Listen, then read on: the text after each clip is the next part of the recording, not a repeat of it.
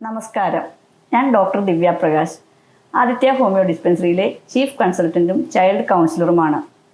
10ാം ക്ലാസ്സിലെയും +2ൻ്റെയും റിസൾട്ട് വന്ന സമയമാണല്ലോ. എല്ലാ മാതാപിതാക്കളുടെയും ജീവിതത്തിലെ ഏറ്റവും പ്രധാനപ്പെട്ട തീരുമാനങ്ങളിലൊന്നാണ് 10ാം ക്ലാസ്സിനും +2നും ശേഷം ഞങ്ങളുടെ മക്കൾക്ക് ഏത് കോഴ്സാണ് ഏറ്റവും ഉത്തമം എന്നുള്ളത്. നമ്മുടെ മനസ്സിൽ ആ സമയത്ത് ധാരാളം ചോദ്യങ്ങൾ കടന്നു വരാറുണ്ട്. ഏത് കോഴ്സാണ് ഏറ്റവും നല്ലത്? ഏതു മേഖലയിലാണ് ഏറ്റവും കൂടുതൽ തൊഴിൽ സാധ്യതയുള്ളത്? എൻ്റെ കുട്ടിയുടെ അഭിരുചിക്കനുസരിച്ച് ആ കോഴ്സ് എനിക്ക് തിരഞ്ഞെടുക്കുവാൻ പറ്റുമോ? പക്ഷേ ഭൂരിഭാഗം കുട്ടികളും മാർക്കും കൂട്ടുകാരുടെ സ്വാധീനവും സമൂഹത്തിൻ്റെ അഭിപ്രായവും അനുസരിച്ചാണ് കോഴ്സുകൾ തിരഞ്ഞെടുക്കുന്നത്. എന്നാൽ കുട്ടികളുടെ ഭാവി ശോഭനമാക്കുവാനായി അവരുടെ കഴിവ്, താല്പര്യം, വ്യക്തിത്വം എന്നീ 3 ഘടകങ്ങൾ അടിസ്ഥാനമാക്കിയായിരിക്കണം നമ്മൾ കോഴ്സുകൾ തിരഞ്ഞെടുക്കേണ്ടത്. എല്ലാവരും ഒരേ വഴിയിലൂടെ ആയിരിക്കില്ല ജീവിത വിജയം കൈവരിക്കുന്നത്.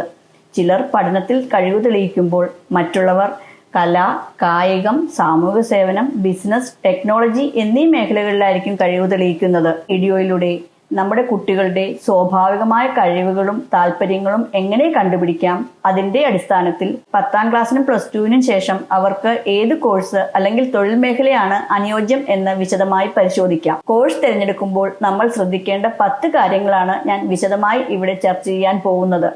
1. കുട്ടികളുടെ താല്പര്യം. നമ്മൾ ആദ്യ പരിഗണന കൊടുക്കേണ്ടത് നമ്മുടെ കുട്ടിക്ക് ഏത് വിഷയത്തിലാണ് ഏറ്റവും കൂടുതൽ താല്പര്യം എന്നുള്ളതാണ്. മാർക്ക് കൂടുതൽ കിട്ടുന്ന വിഷയമായിരിക്കില്ല ഒരു കുട്ടിക്ക് ഏറ്റവും കൂടുതൽ ഇഷ്ടം.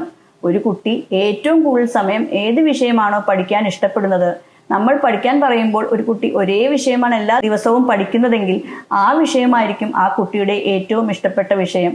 ഇഷ്ടപ്പെട്ട വിഷയത്തിൽ പഠനം തുടർന്നാൽ മാത്രമേ അവർക്ക് ജീവിതത്തിൽ ഉന്നത സ്ഥാനത്തെത്തുവാൻ സാധിക്കുകയുള്ളൂ. രണ്ടാമതായി, നമ്മുടെ കുട്ടികളുടെ കഴിവുകളും താല്പര്യങ്ങളും നമ്മൾ മനസ്സിലാക്കണം. എല്ലാ കുട്ടികളും പഠനത്തിലായിരിക്കില്ല മുന്നിട്ട് നിൽക്കുന്നത്. ചിലർക്ക് കലാവാസനയായിരിക്കാം, ചിലർക്ക് വായനാശീലമായിരിക്കാം, ചിലർക്ക് കായികമായിട്ടായിരിക്കാം താല്പര്യം. വായനാശീലം കൂടുതലുള്ള കുട്ടികൾക്ക് സാഹിത്യാഭിരുചി വളർത്തിയെടുക്കുവാൻ പറ്റുന്ന കോഴ്സുകളായിരിക്കണം നമ്മൾ തിരഞ്ഞെടുത്തു കൊടുക്കേണ്ടത്. കുട്ടിക്ക് കലാവാസനയുണ്ടെങ്കിൽ ആ കലാവാസന വികസിപ്പിച്ചെടുക്കാൻ പറ്റുന്ന സ്ഥാപനങ്ങളിലുള്ള കോഴ്സുകളായിരിക്കണം ആ കുട്ടിയെ കൊണ്ട് നമ്മൾ തിരഞ്ഞെടുപ്പിക്കേണ്ടത്. കായിക വാസനയുള്ള കുട്ടികളാണെങ്കിൽ കായിക പരിശീലനം ലഭിക്കുന്ന സ്ഥാപനങ്ങളിൽ അവന് ഇഷ്ടപ്പെട്ട കോഴ്സുകൾ നമ്മൾ തിരഞ്ഞെടുത്തു കൊടുക്കണം. ഏത് കോഴ്സ് തിരഞ്ഞെടുത്ത് ഏത് തൊഴിൽ മേഖലയിൽ എത്തിയാലും നമുക്ക് സ്ട്രെസ് വരുന്ന സമയങ്ങളിൽ നമ്മൾക്ക് റിലാക്സേഷൻ ആവശ്യമാണ്.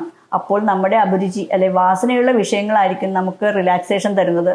അതുകൊണ്ട് കോഴ്സിന്റെ കൂടെ നമ്മുടെ കലാവാസനയോ കായിക വാസനയോ വായനാശീലമോ എന്തുണ്ടെങ്കിലും നമ്മൾ അത് പരിപോഷിപ്പിക്കേണ്ടതാണ്. നമ്മൾ പഠിക്കുന്ന സ്ഥാപനത്തിന്റെ നിലവാരം ഉറപ്പാക്കണം. അതിനായി ഗവൺമെന്റ് തന്നിരിക്കുന്ന സ്ഥാപനത്തിന്റെ റാങ്ക് ലിസ്റ്റുകൾ നമ്മൾ പരിശോധിക്കേണ്ടതാണ്. അല്ലെങ്കിൽ അതറിയാവുന്നവരോട് നമ്മൾ ചേരാൻ പോകുന്ന സ്ഥാപനത്തെക്കുറിച്ച് നമ്മൾ വിശദമായി ചർച്ച ചെയ്യേണ്ടതാണ്. നമ്മുടെ കുട്ടികൾ പഠിക്കാൻ പോകുന്ന സ്ഥാപനത്തിലെ പൂർവ്വ വിദ്യാർത്ഥികൾ എവിടെയൊക്കെ ജോലി ചെയ്യുന്നു, അവിടെ പഠിച്ചാൽ തൊഴിലവസരങ്ങൾ ലഭിക്കുമോ എന്നുള്ള കാര്യങ്ങളും നമ്മൾ പൂർവ്വ വിദ്യാർത്ഥികളുമായി സംസാരിക്കേണ്ടതാണ്. നമ്മളൊരു കോഴ്സ് തിരഞ്ഞെടുക്കുമ്പോൾ ആ കോഴ്സിന് കേരളത്തിൽ മാത്രമല്ല ഇന്ത്യയിലും വിദേശത്തും അംഗീകാരമുണ്ടോ എന്നുള്ള കാര്യം കൂടി നമ്മൾ പരിശോധിച്ചാൽ നമ്മുടെ കുട്ടികളുടെ ഭാവി ജീവിതത്തിനെ അത് ഒത്തിരി സഹായിക്കും. അതായി ഞാൻ പറയാൻ പോകുന്നത് ഏറ്റവും പ്രധാനപ്പെട്ട കാര്യമാണ്. നമ്മൾ കോഴ്സ് തിരഞ്ഞെടുക്കുമ്പോൾ എപ്പോഴും എന്താണ് ശ്രദ്ധിക്കുന്നത്? ആ കോഴ്സിൽ ഇപ്പോൾ തൊഴിലവസരങ്ങൾ ഉണ്ടോ എന്നുള്ളതാണ്. എന്നാൽ അതൊരു തെറ്റായ തീരുമാനമാണ്. നമ്മുടെ കുട്ടികൾ ഇപ്പോഴല്ലല്ലോ പഠിച്ചിറങ്ങുന്നത്. 5, 6, 7, 8 വർഷം കഴിയുമ്പോഴായിരിക്കും അവർ തൊഴിൽ മേഖലയിലേക്ക് ഇറങ്ങുന്നത്. ഇന്ന് ധാരാളം തൊഴിലവസരങ്ങളുള്ള കോഴ്സുകൾക്ക് അന്ന് തൊഴിലവസരങ്ങൾ വേണമെന്നില്ല. ഉദാഹരണമായി 5 വർഷം മുമ്പ് കമ്പ്യൂട്ടറിന് ഒത്തിരി തൊഴിലവസരം ഉണ്ടായിരുന്നു. പക്ഷേ ഇപ്പോൾ AI വന്നതിന് ശേഷം കമ്പ്യൂട്ടറിലെ തൊഴിലവസരങ്ങൾ കുറഞ്ഞു വരികയാണ്. അപ്പോൾ നമ്മൾ നമ്മുടെ ലോകത്തിന്റെ അഭിവൃദ്ധിക്കനുസരിച്ച് വളർച്ചയ്ക്കനുസരിച്ച് 7-8 വർഷങ്ങൾ കഴിയുമ്പോൾ ഏത് തൊഴിൽ മേഖലയിലായിരിക്കും അവസരം, ആ തൊഴിൽ മേഖലയിൽ നമ്മുടെ മക്കൾക്ക് താല്പര്യമുള്ള കോഴ്സുകൾ വേണം നമ്മൾ തിരഞ്ഞെടുത്തു കൊടുക്കുവാൻ. നമ്മുടെ കുട്ടിക്ക് പഠിക്കാൻ ഭയങ്കര ഇഷ്ടമുള്ള ഒരു കുട്ടിയാണെങ്കിൽ ചെയ്യുന്ന കോഴ്സിന് ശേഷം ഉന്നത പഠനത്തിനുള്ള അവസരങ്ങൾ ഉണ്ടോ എന്നുകൂടി നമ്മൾ പരിശോധിക്കേണ്ടതാണ്. ഏത് കോഴ്സിന് ചേരുന്നതിന് മുന്നും ആ കോഴ്സ് കഴിഞ്ഞിറങ്ങുമ്പോൾ എത്ര പഠനച്ചെലവിന്റെ കൂടെ ഹോസ്റ്റൽ ഫീസ്, ബാക്കിയുള്ള നമുക്ക് അനുബന്ധ ചെലവുകളെല്ലാം കൂടി പഠനച്ചെലവ് ഉണ്ടാവും എന്നതിനെ കുറിച്ച് നമുക്ക് ഒരു ഏകദേശ ധാരണ ഉണ്ടായിരിക്കുന്നത് എപ്പോഴും നല്ലതാണ്. നമ്മൾ പഠിക്കുന്ന കോഴ്സിന് ഇന്റേൺഷിപ്പോ പ്രായോഗിക പരിശീലനമോ ലഭിക്കുമോ എന്നതുകൂടി നമ്മൾ ചിന്തിക്കേണ്ടതാണ്. നമ്മുടെ സ്ഥാപനത്തിന് വ്യവസായശാലകളുമായി നല്ല ബന്ധമുണ്ടെങ്കിൽ മാത്രമേ അങ്ങനത്തെ ഇന്റേൺഷിപ്പുകൾ ലഭിക്കുകയുള്ളൂ. അങ്ങനെയാണെങ്കിൽ കോഴ്സിന്റെ ഇടയ്ക്ക് 1-2 മാസം ഇന്റേൺഷിപ്പ് ചെയ്ത് നോക്കുമ്പോൾ നമുക്ക് ആ തൊഴിൽ മേഖലയിൽ മനസ്സിന് സന്തോഷം ലഭിക്കുന്നുണ്ടോ എന്ന് മനസ്സിലാക്കാൻ പറ്റും. നമ്മൾ പുതിയ ട്രെൻഡുകളെ കുറിച്ച് അറിഞ്ഞിരിക്കേണ്ടതാണ്. ഇപ്പോൾ ലോകത്തിൽ ഏറ്റവും കൂടുതൽ ഉപയോഗിക്കപ്പെടുന്ന തൊഴിൽ മേഖല AI, digital marketing, cyber security എന്നിവയാണ്.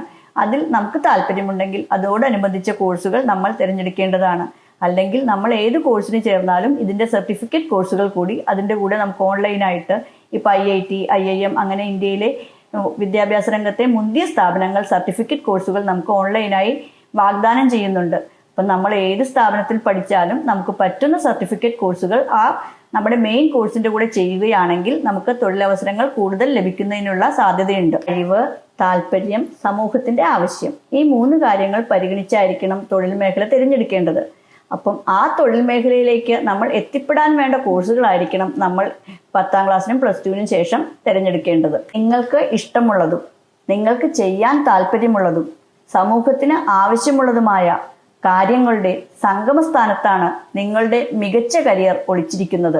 അവസാനമായി മാതാപിതാക്കളോട് ഒരേ ഒരു അപേക്ഷ മാത്രം.